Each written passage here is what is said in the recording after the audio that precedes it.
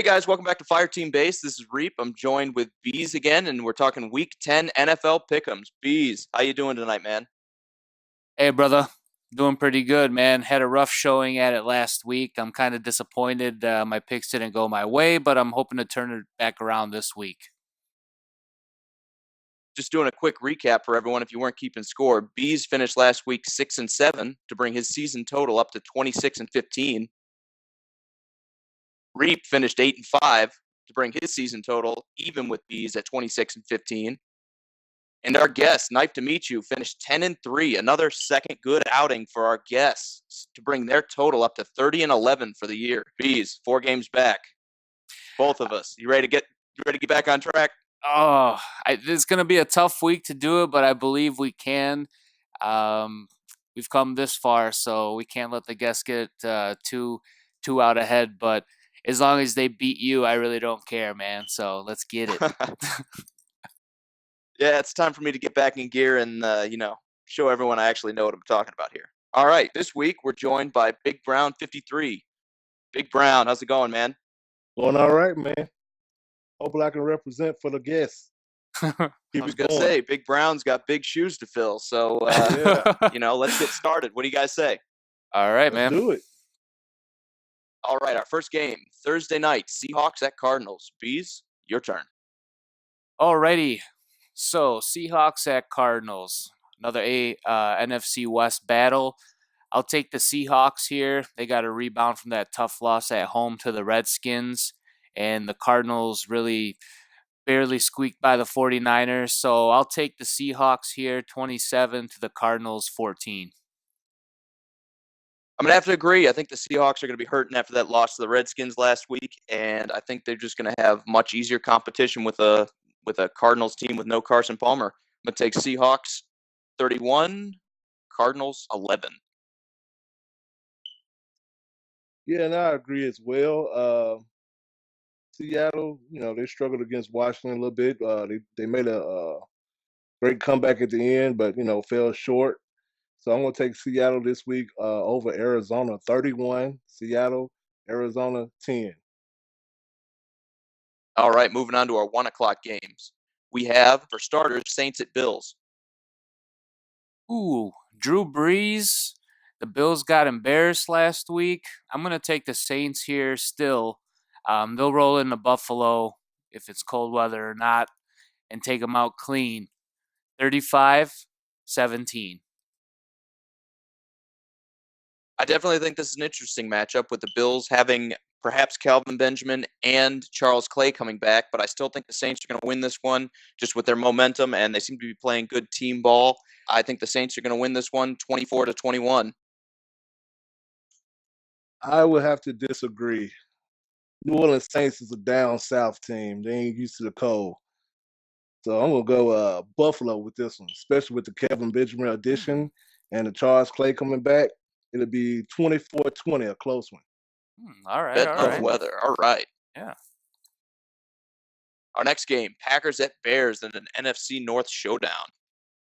Oh, man. As much as I want to take the Packers here because the Bears always let me down. It's been tough to watch as a Bears fan when we face the Packers these last few years. We actually have won whenever Aaron Rodgers is not starting for the Packers. So I think we're going to continue this trend. The Bears will win this game in ugly fashion like all of their wins have been, 24-16.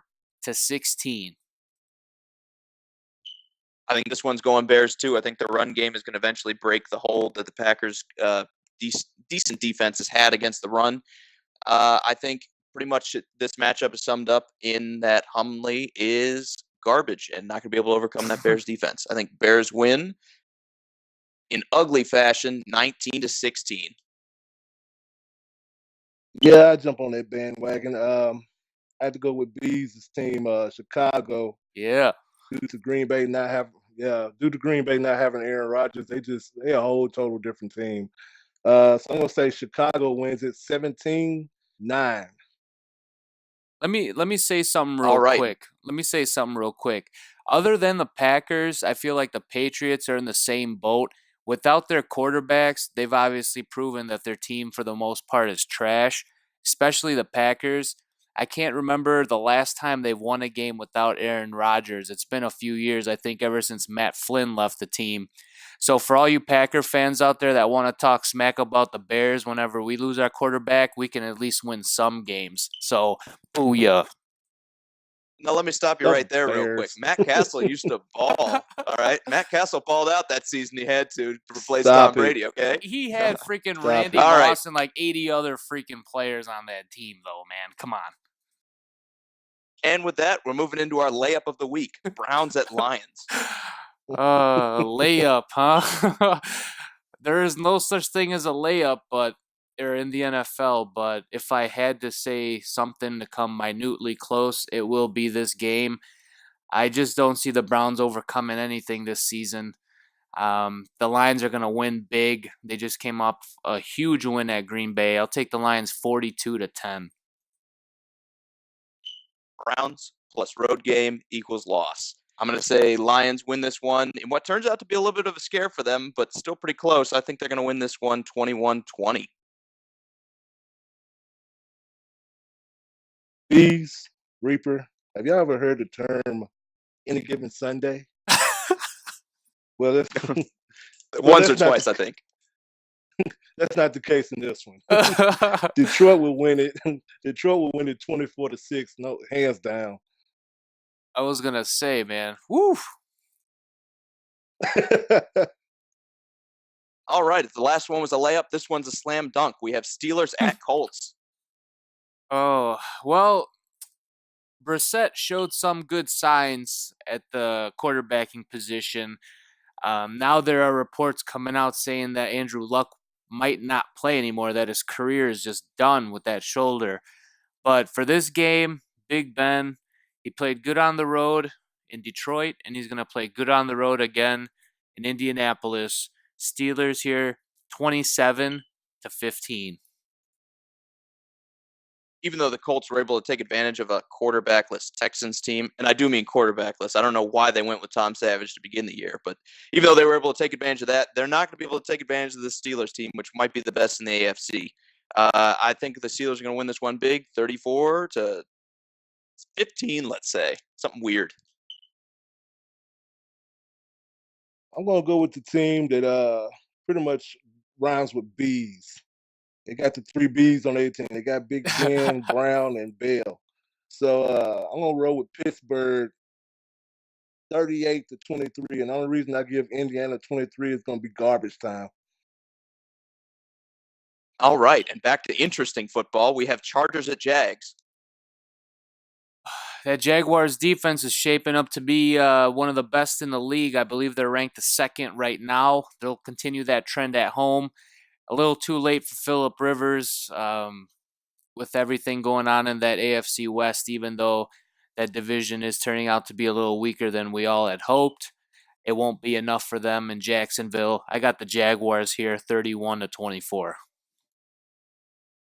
This is a tough one. I think the Chargers are a pretty complete team. I think they're a good side. I just think they has had trouble starting and losing a bunch of close games early. I think Jalen Ramsey's going to annoy Keenan Allen just enough to get this Jaguars win 21-19. Yeah, I'm gonna have to agree with you guys as far as the win, but the score, not at all. I have Jacksonville winning it 16-10. Okay, moving on to the race to the basement. We have Jets at Bucks. I like that, man. Now, I probably would have taken the Buccaneers if Mike Evans was going to play in this game. I think it's garbage that he's suspended for a game for shoving someone. Come on, man. It's not like he threw a damn punch, but we can't really understand what any of the officials think in their brains. But I'll take the Jets here over Fitzmagic and the Buccaneers, 24-16. No Jameis Winston, no Mike Evans. I think the Bucs are in trouble this week, especially with a bad defense and a bad offensive line. They just don't have a whole lot going for them. I think I have to pick the Jets to win by default, simply because someone's going to win this game. I think the Jets win this one 24-14.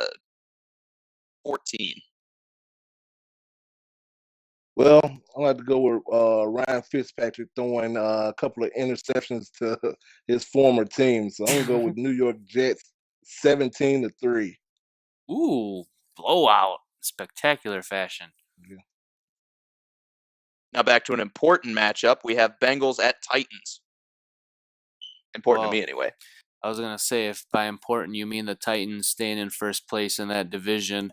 Um, oh, boy. Well, I would have gone Bengals, but A.J. Dalton is just too trash this year. I'll take the Titans at home. Another ugly field goal kicking contest for the Titans. Hey, but a win's a win, so I'm sure you'll take them any way you can get them, Reeps, right? I'm going to say 24-17. Now, I bet against the Titans last week, and it burned me. I think I'm going to take them in a matchup that should have every A.J. Green owner celebrating in fantasy football, and hopefully myself included.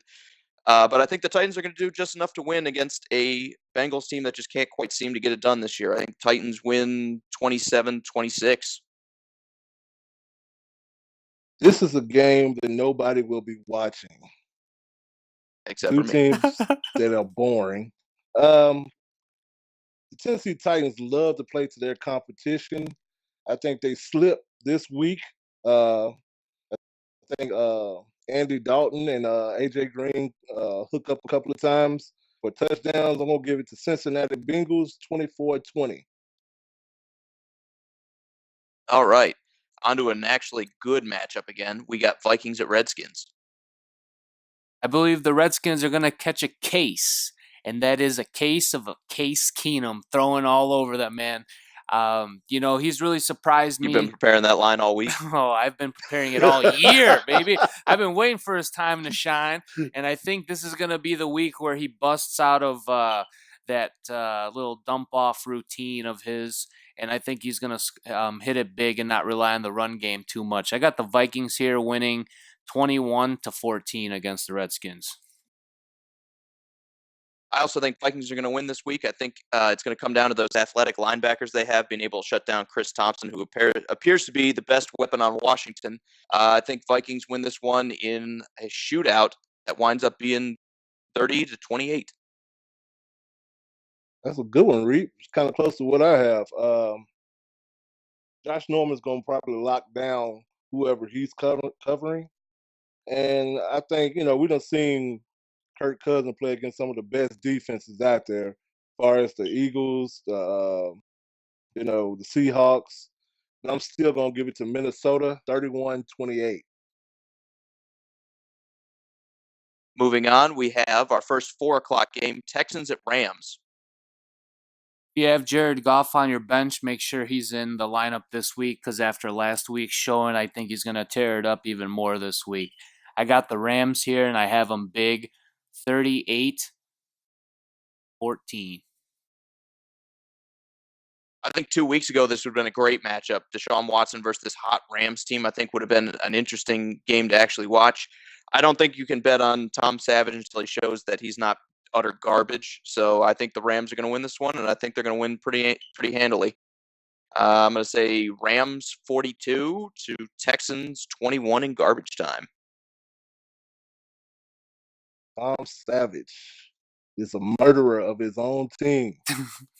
I'm going to have to go with the Rams 34-10. Not even close. All right, in an NFC matchup that looked like at the beginning of the season could have been pretty good, we have Cowboys at Falcons. Wow, well, the Falcons have been pretty disappointing. I mean, they're not out of it by any means in that division for the playoff race, but I got to take the Cowboys here, especially if they have Zeke playing, which it looks like he will play again. I'll take the Cowboys here 34-24.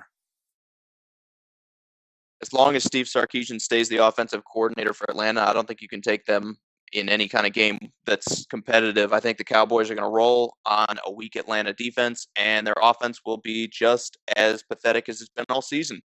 I think Cowboys win 27-17. Never liked the Cowboys, but I must take them this week. Atlanta, they're just struggling with the new offense coordinator. I have to agree with the Reaper. Uh, Dallas, as long as they got Dak and Zeke and Dez, it's gonna be hard to beat them. I'm gonna go with Dallas Cowboys 27, Atlanta Falcons 17. All right, moving on to Reap shit show of the week. We have Giants at 49ers. A tale of Watch your two mouth. shitties.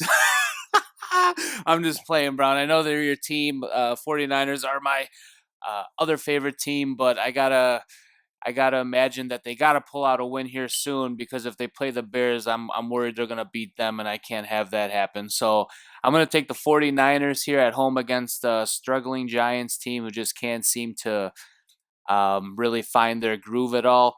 Take the 49ers at home, 21-14. Is this the week we make the 49ers great again? No, I don't think so. I think the Giants and Eli Manning are going to somehow stumble their way to a win and ruin that early draft pick they've got with their second win of the season. I think the Giants win an ugly game, 16-14. The 49ers, my boys, are the best defeated team in the league. I'm gonna have to roll with them. I'm gonna have to roll with them though, cause that's my boys. I'm gonna go San Francisco over the Giants, 20-17. All right, moving on to Sunday night, we have Patriots at Broncos. Now, if Peyton Manning was still the quarterback, I don't think it'd matter anyways. I'll take the Patriots here in Denver, steamrolling them pretty decent, 27-12. Look for Brock Osweiler to throw another 3 interceptions. I think Patriots win this one, again, handily, 27-12. I'm going to totally agree with that. Yeah, I'm gonna roll with you guys. Denver just sucks, man. They got everybody that they need except for a quarterback. So I'm gonna have to roll with New England, 34-10. And in our last lopsided primetime game, we have Dolphins at Panthers. Well, you just don't know which smoking Jay Cutler you're going to have, man. Are you going to have the guy who had a decent showing last week? Or are you going to have the guy basically every other week than that's garbage? And I'm pretty sure that's what's going to happen again. So I'll take the Panthers at home. Looks like Cam Newton really didn't miss too much of a beat without Kelvin Benjamin in the lineup. So I'll take them here 28-17.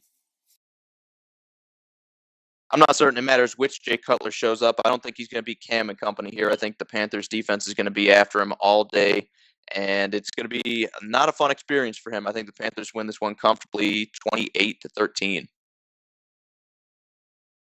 Well, guys, we don't know what Superman we're gonna get. We don't know if we're gonna get the one who saves the people or the one who gets hit with kryptonite.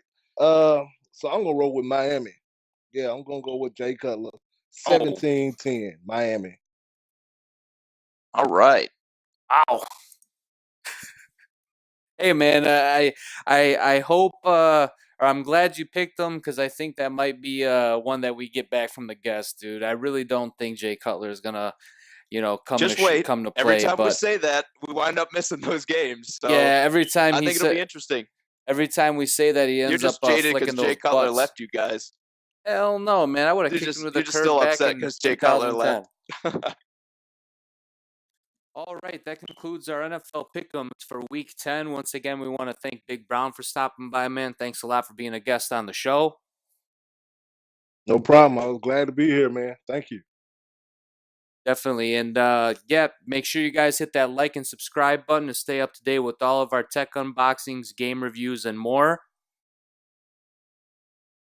And let us know down in the comments how you did last week and what your picks are this week so you can see how you stack up against us. For Fire Team Base, B's out. Slag. Keep reaping, guys.